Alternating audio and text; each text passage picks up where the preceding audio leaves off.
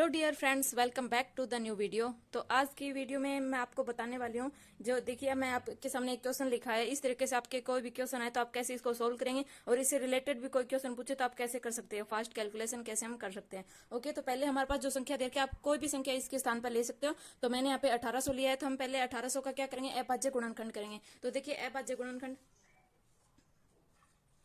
पहले ये 2 से होगा तो हमारे पास क्या जाएगा 900, फिर 2 से होगा तो आएगा 450, फिर किससे जाएगा, ये 2 से जाएगा तो हमारे पास क्या आएगा 225, फिर ये जाएगा 3 पर तो 3 से हमारे पास क्या आएगा 175, फिर जाएगा 3 पर तो हमारे पास क्या जाएगा, सॉरी यहाँ पे आएगा सिर्फ 75। ओके, और फिर हमारे पास ये जाएगा 3 पर तो आ जाएगा 25, फिर जाएगा ये 5 से तो हो जाएगा 5, और फिर जाएगा 5 और फिर 1। तो यहाँ पे देखिए हमारे पास क्या क्या संख्या आई है। हमारे पास आई है 2 की पावर 3 आई है एक तो, और एक हमारे पास इंटू में है 3 की पावर 2 और इंटू में है 5 की पावर 2। ओके, ये हमारे पास अभाज्य गुणनखंड आ गया है। तो अगर आपको पूछे कि कुल कितनी संख्याएं हैं, जो कुल कितनी संख्याओं से भाज्य हो सकती है 1800, तो हमें कुल संख्या देखने, तो आप किस तरीके से आसान इसको आप मल्टीप्लाई करोगे तो बहुत लेंथी हो जाएगा। तो इसकी एक ट्रिक देखिए, आपको जो भी इसकी जो घात दे रखी है उसमें आप क्या करोगे, 1 प्लस करोगे। तो देखिए 3 + 1 इंटू में 3 की पावर कितनी है यहाँ पे 2, तो 2 + 1 ब्रैकेट बंद, इंटू में यहाँ पे 5 की पावर है। यहाँ पे आपको जो भी संख्या दे रखी है उसके जो पावर में आप 1 प्लस करोगे और मल्टीप्लाई करोगे। ओके, तो इसमें हम लिख सकते हैं 2 + 1। ओके, तो अभी इसको हम मल्टीप्लाई कराएंगे तो क्या जाएगा 4 इंटू ये क्या जाएगा 3 इंटू ये क्या जाएगा 3, तो टोटल हमारे पास क्या जाएगा 36। तो ये 36 क्या है, ये कुल भाज्य संख्याएं हैं, जो क्या है 1800 की कुल जो 36 भाज्य संख्याएं हैं। ओके, ये आपका फर्स्ट क्वेश्चन हो गया। इसी से रिलेटेड आपको 2-3 क्वेश्चन और पूछे जाते हैं, कि जैसे आपको पूछ ले कि उचित भाज्य संख्या कौन सी है। ओके, आपको पूछे कि उचित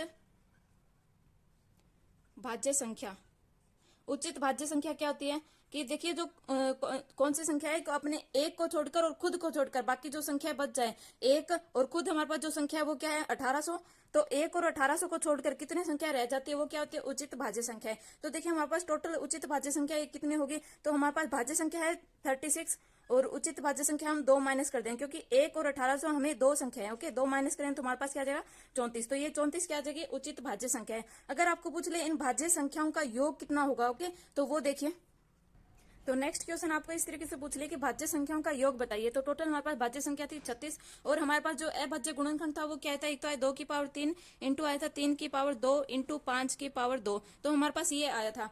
तो अभी हम भाज्य संख्याओं का योग ज्ञात करने के लिए हमारे पास क्या ट्रिक है वो देखिए।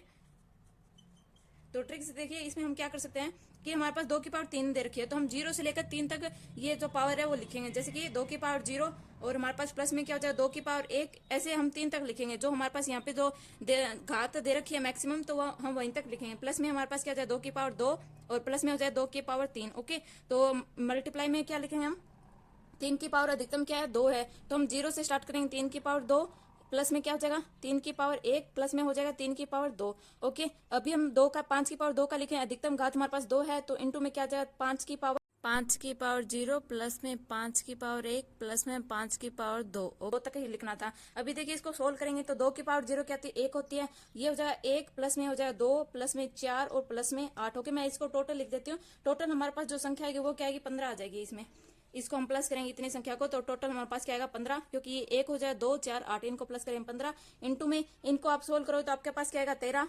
3 की पावर 0 क्या आ जाएगी 1 हो जाएगी, 5 की पावर 0 1 हो जाएगी, तो इनका जो टोटल हमारे पास क्या आएगा, इनका टोटल हमारे पास आएगा 31। ओके, इन तीनों का आप मल्टीप्लाई कराओ तो आपके पास जो सोल्यूशन आएगा वो क्या आएगा 6045। ओके, आपके पास ये क्या जाएगा भाज्य संख्याओं का योग। भाज्य संख्या कितनी थी हमारे पास 36, तो इनका योग क्या होगा, कुल 36 संख्याओं का योग हमारे पास 6045। ओके, तो आपको इस तरीके से कोई क्वेश्चन पूछ ले तो आप क्या करोगे, भाज्य संख्या अभाज्य गुणनखंड करोगे और उनके घात में 1 प्लस करोगे तो कुल भाज्य संख्या आ जाएगी। अगर इसके तरीके से आपको जो अभाज्य गुणनखंड है 0 से लेकर 3 तक लिखोगे, जो जो आपको घात दे रखे और संख्या दे रखी है उनका मल्टीप्लाई करोगे तो आपको भाज्य संख्याओं का योग आ जाएगा। ओके, अगर आपको पूछ ले कि इसमें विषम भाज्य संख्याओं का योग क्या होगा और सम भाज्य संख्याओं का योग क्या होगा, तो वो देखिए अलग अलग। तो देखिए इसमें आपको ऐसे भी पूछ सकते हैं कि विषम भाज्य संख्याओं का योग और सम भाज्य संख्याओं का योग भी बताइए। तो हमारे पास जो हमने भाज्य संख्याओं का योग ज्ञात किया था वो कैसे किया था, हमारे पास 2 की पावर जो 3 थी हमारे पास क्या था 15 आया था, 15 इंटू में हमारे पास था 13, और इनटू में था 31। ओके, ये हमारे पास आया था, इनका जो टोटल आया था वो 6045 आया था। ओके, तो अभी हम पूछ ले कि विषम भाज्य संख्याओं का योग। तो इसमें देखिए विषम भाज्य संख्या क्या है, इसके अंदर इसमें है 3 और 5। तो 3 और 5 की क्या है, 3 की पावर 2 और इंटू 3 की पावर 5 है। तो इसका हमारे पास सोल्यूशन क्या था, 13 और एक आया था 31। तो हम देखें 13 इंटू क्या हो जाएगा 31। तो हमारे पास जो इसका सोल्यूशन आएगा वही क्या होगा, विषम भाज्य संख्याओं का योग। तो इसका सोल्यूशन क्या आएगा, 403।